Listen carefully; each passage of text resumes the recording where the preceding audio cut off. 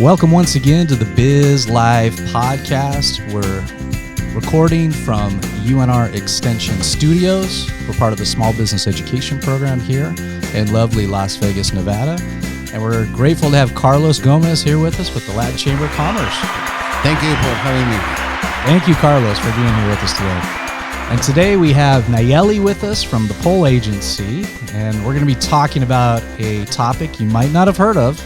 It's called experiential marketing. So as we started off, Nalleli, you want to introduce yourself? Tell us a little bit about yourself, and then we'll start talking about experiential marketing. Yes, thank you so much, Mike, for having me here today and for the opportunity. My name's Nalleli Camacho, and I am here with the Poll Agency. Let me tell you guys a little bit about me and my experience and my background. So I started in experiential marketing as a brand ambassador in Street Team myself, actually back in 2013, 2014. Okay. Where I started working for an agency in experiential marketing. Soon after that, I was able to move as a campaign supervisor. Then I was able to start strategizing campaigns, and then that's what has really gotten me so passionate about experiential marketing. Okay. And now I was able to just start my business as the Poll Agency. Awesome. So that's a little bit about my background and where everything started, and now we're here. Very good. And also a proud member of the Latin Chamber of Commerce, right? Of course, yes. Yes. Oh, yes. Confirm. Confirmed. Excellent. So what is experiential marketing? What does that mean? It's a big fancy word. What does it mean in a nutshell? Really, what experiential marketing really means is just having an experience. It's really getting consumers engaged with the actual brand itself. It's really, via activations, via community engagements. Okay. It's all about the experience. It's all about the experience. Getting your marketing experiences, essentially. What types of, for people who haven't heard of this concept, what type of experiences have you marketed, or what are some examples of what companies have done? Yes. So we've done several outreaches. Like I mentioned before, experiential marketing, really what it is really having an experience with your consumer. So it's really getting the consumer engaged with the brand, with the business, and understanding the brand or the business. So we've done activations as in the entertainment business. We've done some, even so in the government affairs. Okay. So we've done different activations, and all of them have been, the logistics and the strategies have been different. It's just really understanding what the ultimate goal is for the company. But at the end of the day, it's just getting the audience immersed or engaged Okay. into the experience and understanding the brand and the company. Okay. I noticed you call them activations. Yes. I haven't heard of that term used before. So what is, can you describe an activation for a brand? Absolutely. So activations are really via live activations, event activations, where we go set up an event, have brand ambassadors. We speak about a product or service. Okay. And we are out there live with ambassadors, engaging, being proactive, and really just, getting the audience involved and into the actual brand itself. Okay. So let's say I have a hypothetical company. Let's say I sell pools, right? I'm trying to sell pools, and I come to you and I say, how can I do this experience marketing with pools? Do you have any suggestions on what we could do? And that's a good question, Mike, because I think we've seen experiential marketing a lot in the entertainment business and not really in the local community. And experiential marketing is something that every business, every brand can really benefit from. It's really just understanding what the consumer needs and what they're looking for. Okay. Who is your audience? Because we can take experiential marketing anywhere, really. And we can do an activation anywhere where your audience is at. And it's all about the logistics. What's going to create the ultimate goal to make sure we either get ROI, right? Brand exposure. I'm not exactly sure what the ultimate goal of the business would be, but it would all depend on that. Okay. Yes. So if they want brand exposure, then we would go out there. We would go ahead and implement a strategy to get that done. Nalleli, in reference to that campaign, that activation, the same company I work with, Mike, he is thinking to fill the pool with water. I'm thinking to fill with beer. So that's different. That's two different things. No, it's a joke. No, the thing is, our employees need to be involved, or will be ambassadors from your side to get better results? Yes. So all of our ambassadors are fully trained. They are, they're trained and they know exactly how to go out there, be proactive, connect, engage, and get the results done.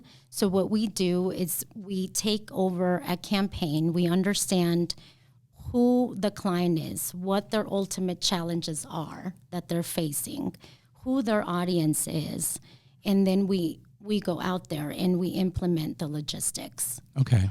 You've talked a lot about brand ambassadors. What are their function exactly, and how do they interact? What kind of stuff can they do? Brand ambassadors can do pretty much anything. So they're humans just like you and I. Some of the things that they can do is from product samples and just giving you ideas of some of the activations and things I've done in the past. They can do surveys. We can get leads. We can go out there and promote events. We can promote a product. We can talk about a service, and so pretty much the things they do and the stuff that we can do possibilities are endless. Okay, so say with the pool example. With the beer? Let's say we're going to fill the pool full of beer. That's a good idea, Carlos. I was thinking balloons when he was saying that, and then he said beer, and I was like, okay.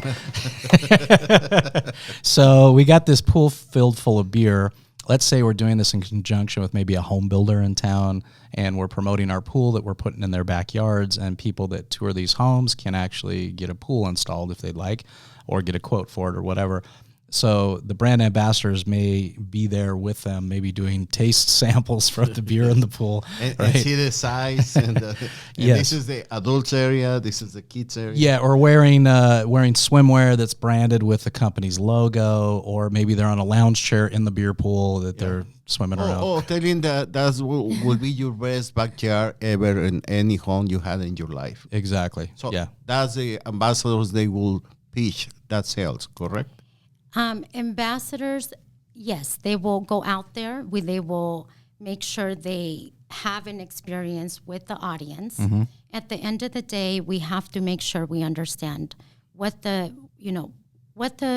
brand, what the business goal is. Okay. If the business goal is to get ROI, then we implement a strategy to make sure that we get return on investment. If their ultimate goal would be just to go out there and speak about their pool services and let the audience know, hey, this is what we're doing. This is the new pool business. This is our services.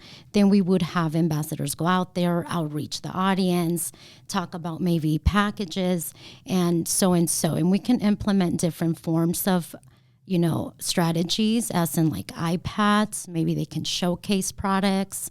They can, so the things, the strategies that we implement with ambassadors are different based upon what the goal is with the brand.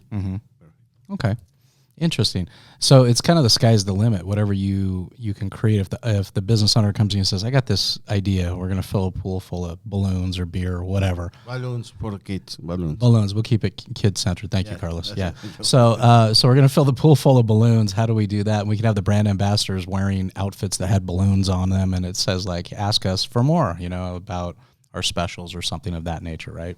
Absolutely. Yes. Okay. Because I could see like a business doing a Halloween promotion, let's say. Okay. And then we hire brand ambassadors. We come to you guys and say, we want, it's vampire themed. So we're going to have this party and we want to hire a bunch of vampires to come and walk around and be able to like give out, I don't know, some sort of sample of our product and in a certain type of whatever. And we don't want you to talk. We just want you to hand them certain things or do that. You can instruct them to that level, right? Absolutely, yes. Okay. And, and the good thing about this, Mike, is that, being able to like do an experiential marketing campaign really allows, the audience and the consumers to feel, to get the information offhand, to really get those questions answers that sometimes we have that we're not able to get in any other form of marketing outlet. Using an experiential marketing an ambassador team, we're able to get those, we're able to answer those questions. We're able to build that trust between the brand and the consumer. And I think that's extremely important because we all know that in order for a business to be successful, we want to be able to build the trust between the consumer and the brand. And that's something that we're able to implement and do with a brand ambassador in experiential marketing campaigns. It's not just the experience, but it's the overall experience for the consumers, just getting the information, being involved with the brand. And also as a small business owner, you may not be able to get your employees to do this, right? No, I can imagine me telling my employees, I want you to dress up like vampires and you're going to do this and that may be a hard sell. No, just put it simple. How many conventions you've been there where you go through the convention aisles and when there are employees, they're watching they're looking at their phone. They don't want to be there. Yeah, they're afraid to talk. So that's why it's important, the difference. That's why I ask you the difference between brand ambassadors and employees. Yeah. Because the quality, I will say the employees, there are really good what they do. But you have to do marketing, approach customers, or try to sell, or try to showcase your products. That's a different story. And maybe it doesn't fit for the employees. Yes, true. One place where I've seen this implemented is, believe it or not, is on at golf tournaments. Oh, yeah. Okay, golf tournaments used to be pretty boring back in the day, right? Yeah, there was just nothing to do. Not today. Yeah. Now there's event tents everywhere along the course, and you don't even have to go for the golf. You just go for the events, and there's food and there's music. There was even one I went to where they had pools. They had people swimming. They had people partying and just having a great time. They're barbecuing. Yes, and promoting products. Promoting products. Every 3 holes. Hole, yes, exactly. Actually, you're right. Every single hole had it. Every single hole. Yeah, you had the hole-on one. You had the tequila shot one. There's another one. Yeah, no, but yes, they promote everything. Yeah. And every single hole. So when you play golf in the past, was really boring. And the idea was just to be there. They want to get more people to come and engage. And that's the point of experiential marketing, right? Yes. Absolutely. Yeah, it's that is the ultimate goal. It's just getting the consumers, the audience, having that great experience, getting them engaged, connecting with them, and just getting those results done for the for the brands. Now, how does it differ from public relations? Because a lot of people may say that sounds like PR to me. How is that? How is experience marketing different from PR, or how is it similar to? Well, experiential marketing, it's different than PR. I think experiential marketing, it's more an approach directly with your audience itself. We understand, when we build a campaign, we understand really what the challenges are already. Just with the consumer and the audience. So it's a little bit different than PR because they're really just out there making sure that they're getting that ultimate goal done. They're, giving those, getting those message, getting those points across, and really just building those relationships with the actual audience itself. Exactly. And for people who are listening that may say, I've never heard of this before, if you've been to a trade show, you've probably seen this, right? This is very common at trade shows. You'll see similar outfits worn. You'll see similar branding there's trade show models that are usually hired to do certain things. I was at one trade show and they had a motif of a spaceship. And so everybody was dressed looking like they were on a spaceship. And they were handing out tokens or tickets, or you had to ask certain questions of them. And it was an interactive experience in order for you to get access to the spaceship, which had their latest product offerings inside of the spaceship. So it was kind of a good thing, but it had nothing to do with their product, but it was a spaceship theme that kind of brought it all in. Nalleli, the brand ambassadors is okay to ask for leads. For instance, if they engage with the public, and I need to know the phone number and the name, so let's say we had a pool company, but we want to sell pools across Nevada, Southern Nevada, but even though there are possible buyers for those homes, and we're showcasing our pools.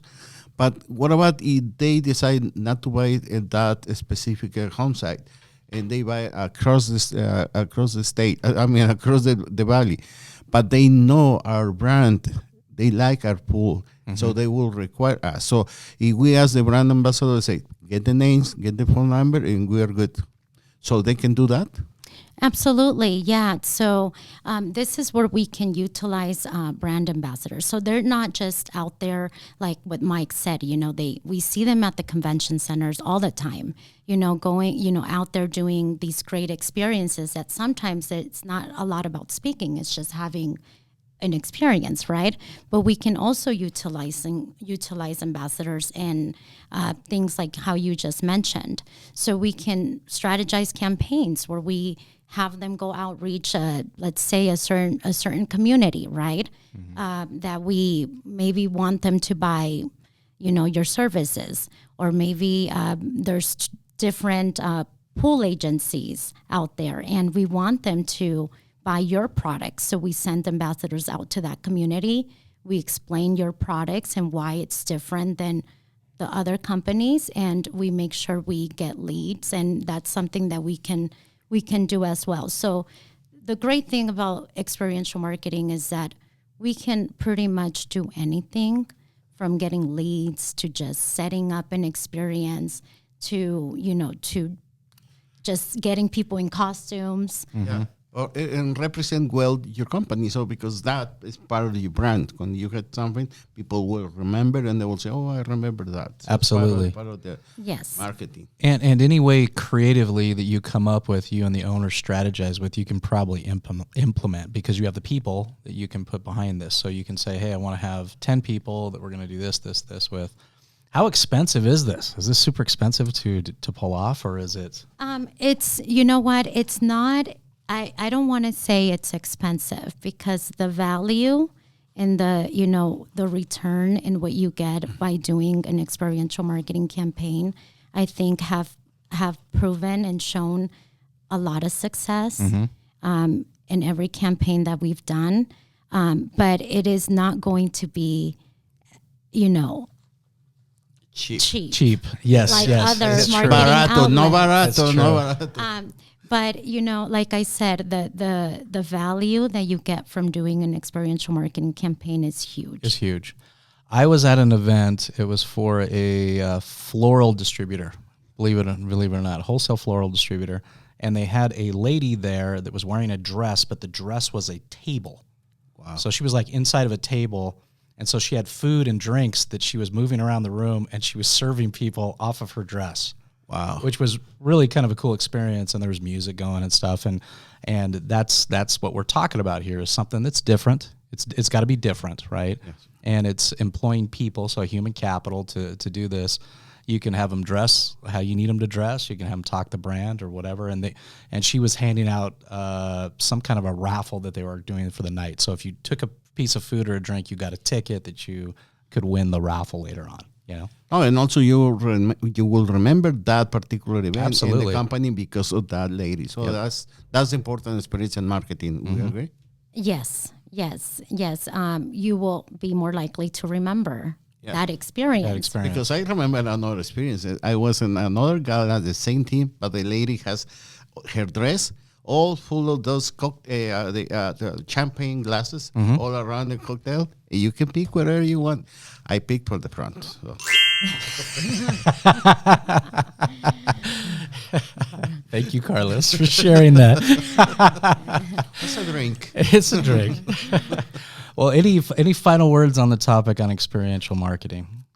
No, I think that this is something that maybe small businesses are not implementing now, but I think we have seen so many different forms of marketing outlets out there. People want to know more information, and a lot of the times we just, we as consumers, we have questions. And I think experiential marketing is a great way to outreach the community, your audience, your consumers, and really get them involved and build that trust and relationships. Let me ask you a question, Nalleli, because usually, and Mike, tell me, jump in it if you don't agree, is that we had the community, we had the big companies, corporations, trying to reach the Hispanic market, let's say. So you do the experiential marketing in Spanish, so they give the results they are looking for, these corporations, right? Correct?